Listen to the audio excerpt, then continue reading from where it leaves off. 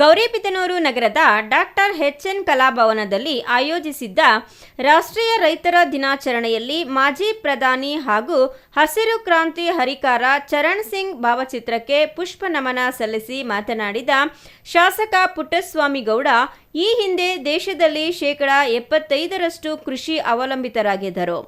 ಆದರೆ ಹಲವಾರು ಸಮಸ್ಯೆಗಳಿಂದ ಕೃಷಿಕರ ಸಂಖ್ಯೆ ಇಳಿಮುಖವಾಗಿದೆ. ವಿಶ್ವದಲ್ಲಿ ಅತಿ ಹೆಚ್ಚು ಕೃಷಿ ನಮ್ಮ ದೇಶದಲ್ಲಿ ಅವಲಂಬಿತರಾಗಿದ್ದಾರೆ ಎಂದರು. ಕೇಂದ್ರ ಮತ್ತು ರಾಜ್ಯ ಸರ್ಕಾರಗಳು ರೈತರ ಅಭ್ಯುದಯಕ್ಕಾಗಿ ಹಲವಾರು ಯೋಜನೆಗಳನ್ನು ರೂಪಿಸಿವೆ. ಕೃಷಿ ಅಧಿಕಾರಿಗಳು ಅದನ್ನು ಅರ್ಹ ರೈತರಿಗೆ ತಲುಪಿಸುವ ಕೆಲಸವಾಗಬೇಕು. ಸರ್ಕಾರದ ಯೋಜನೆಗಳ ಬಗ್ಗೆ ಗ್ರಾಮೀಣ ಭಾಗಗಳಲ್ಲಿ ಅರಿವು ಮೂಡಿಸುವ ಕೆಲಸವಾಗಬೇಕು. ತಾಲೂಕಿನಲ್ಲಿ ಮಣ್ಣು ಪರೀಕ್ಷಾ ಕೇಂದ್ರ ಮತ್ತು ಕೋಲ್ಡ್ ಸ್ಟೋರೇಜ್ ಕೇಂದ್ರ ಸ್ಥಾಪಿಸುವ ಬಗ್ಗೆ ಕೃಷಿ ಸಚಿವರಲ್ಲಿ ಈಗಾಗಲೇ ಪ್ರಸ್ತಾವನೆ ಸಲ್ಲಿಸಲಾಗಿದ್ದು, ಕೃಷಿ ಸಚಿವರು ಸಕಾರಾತ್ಮಕವಾಗಿ ಸ್ಪಂದಿಸಿದ್ದಾರೆ. ಮೊದಲ ಹಂತದಲ್ಲಿ ಮಣ್ಣು ಪರೀಕ್ಷಾ ಕೇಂದ್ರವನ್ನು ಸ್ಥಾಪಿಸಲಾಗುವುದು ಎಂದರು. ರೈತ ದಿನಾಚರಣೆಯಿಂದ ದಿವಂಗತ ಮಾಜಿ ಪ್ರಧಾನಿಗಳಾದಂಥ ಚರಣ್ ಸಿಂಗ್ ಅವರ ಹುಟ್ಟುಹಬ್ಬದ ದಿನ ಡಿಸೆಂಬರ್ 23ನೇ ತಾರೀಕು ಪ್ರತಿ ವರ್ಷ ಆಚರಣೆ ಮಾಡ್ತಾ ಇದ್ದೀವಿ. ಯಾಕೆಂದ್ರೆ ಚೌಧರಿ ಶರಣ್ ಸಿಂಗ್ ಅವರು ಕೂಡ ರೈತರಿಗೋಸ್ಕರ ತಮ್ಮ ಜೀವನವನ್ನ ಮುಡಿಪಾದ ಇಟ್ಟಂತ ವ್ಯಕ್ತಿ. ಅವರು ಪ್ರಧಾನಿ ಆಗೋದಕ್ಕಿಂತ ಮುಂಚೆಯಿಂದಲೂ ಕೂಡ ರೈತ ಪರವಾದಂತ ಹೋರಾಟವನ್ನ ಉತ್ತರ ಪ್ರದೇಶದಲ್ಲಿ ಹುಟ್ಟಿದ್ರು ಕೂಡ ದೇಶದಾದ್ಯಂತ ರೈತರ ಕಷ್ಟ ಸುಖಗಳಿಗೆ ಸ್ಪಂದನೆ ಮಾಡ್ತಿದ್ದಂಥವ್ರು. ಅವರು ಒಂದು ಕರೆ ಕೊಟ್ಟರು ಸಾಕು, ರಾಮಲೀಲಾ ಮೈದಾನದಲ್ಲಿ ಲಕ್ಷಾಂತರ ಜನ ರೈತರು ಸೇರ್ತಿದ್ರು. 5 ಲಕ್ಷ 10 ಲಕ್ಷ ಜನ ಸೇರ್ತಾ ಇದ್ರು. ಅವರು ಒಂದು ಕರೆ ಕೊಟ್ಟರು ಒಂದು ಸೆಂಟ್ರಲ್ ಗೌರ್ಮೆಂಟ್ ಎಚ್ಚರಿಕೆಯಿಂದ ಇರೋದು, ಡೆಲ್ಲಿನ ಗಡಗಡ ಅಂತ ನಡುಗುವಂಥದ್ದು. ಅಂತ ಒಂದು ವಾತಾವರಣವನ್ನ ಚೌಧರಿ ಶರಣ್ ಸಿಂಗ್ ಅವರು ರೈತರ ಪರವಾಗಿ ಒಂದು ಅವರ ಆಂದೋಲನ ಮಾಡ್ತಾ ಇದ್ರು. ಅವ್ರಿಗೆ ಏನಾದ್ರು ಅನ್ಯಾಯ ಆಗಿದೆ, ಅವ್ರು ಪ್ರಧಾನಿ ಆಗೋಕ್ಕಿಂತ ಮುಂಚೆಯಿಂದಲೇ ಅಷ್ಟು ಜನ ಸೇರ್ತಾರೆ. ಪ್ರಧಾನಿ ಆಗೋಕ್ಕಿಂತ ಬಹಳಷ್ಟು ವರ್ಷಗಳಿಂದಲೇ ರೈತ ನಾಯಕ ಅಂತ ಗುರುತಿಸಿಕೊಂಡು ಆಮೇಲೆ ಪ್ರಧಾನಿ ಆದಂತವ್ರು.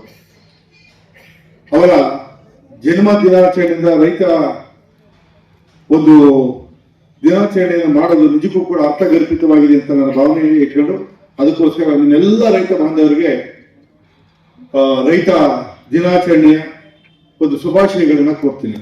ಕೃಷಿ ಸಮಾಜದ ಅಧ್ಯಕ್ಷ ಪ್ರಭಾಕರ ರೆಡ್ಡಿ ಮಾತನಾಡಿ, ಭೂಮಿ ಮತ್ತು ತಾಯಿ ಎರಡೂ ಒಂದೇ ಆಗಿದ್ದು, ನಮ್ಮ ತಾಯಿಯ ಆರೋಗ್ಯವನ್ನ ಕಾಪಾಡಿಕೊಳ್ಳುವ ರೀತಿ ನಮ್ಮ ಭೂಮಿಯ ಆರೋಗ್ಯವನ್ನ ಕಾಪಾಡಿಕೊಳ್ಳಬೇಕಾಗಿದೆ ಎಂದರು.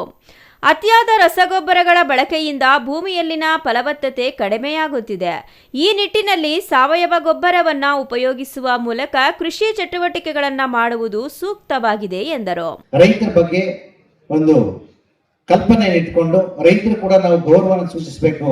ರೈತರು ಕೂಡ ಸಮಾಜದಲ್ಲಿ ಒಂದು ಹಂತದಲ್ಲಿ ಅವರನ್ನು ನಾವು ಗುರುತಿಸಬೇಕು, ಅವರು ಕೂಡ ಮನ್ನಣೆನೆ ಹಾಕಬೇಕು ಅಂತ ಹೇಳ್ಬಿಟ್ಟು ರೈತರ ಒಂದು ಹೇಳಿಕೆಯನ್ನು ಸ್ಮರಿಸ್ತಾ, ರೈತರ ಒಂದು ನಿಸ್ವಾರ್ಥ ಸೇವೆಯನ್ನ ಗುರುತಿಸುತ್ತಾ ಈ ಒಂದು ರೈತ ದಿನಾಚರಣೆಯನ್ನು ಮಾಡಬೇಕಂತ ಯೋಚನೆ ಮಾಡಿದಾಗ ಇದಕ್ಕೆ ಸೂಕ್ತ ದಿನ ಯಾವುದು ಅಂತ ಯೋಚನೆ ಮಾಡಿದ್ರು.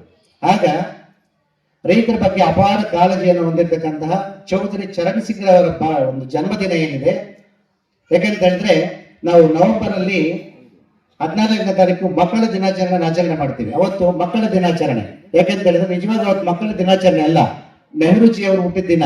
ಮಾಜಿ ಪ್ರಧಾನಿಗಳು ನೆಹರೂಜಿ ಅವರು ಹುಟ್ಟಿದ ದಿವಸ ಮಕ್ಕಳ ಮೇಲೆ ಅಪಾರವಾದ ಪ್ರೀತಿ ಇದ್ದಂತೆ ಅವತ್ತು ಮಕ್ಕಳ ದಿನಾಚರಣೆ ಅಂತ ಮಾಡಿದ್ರು.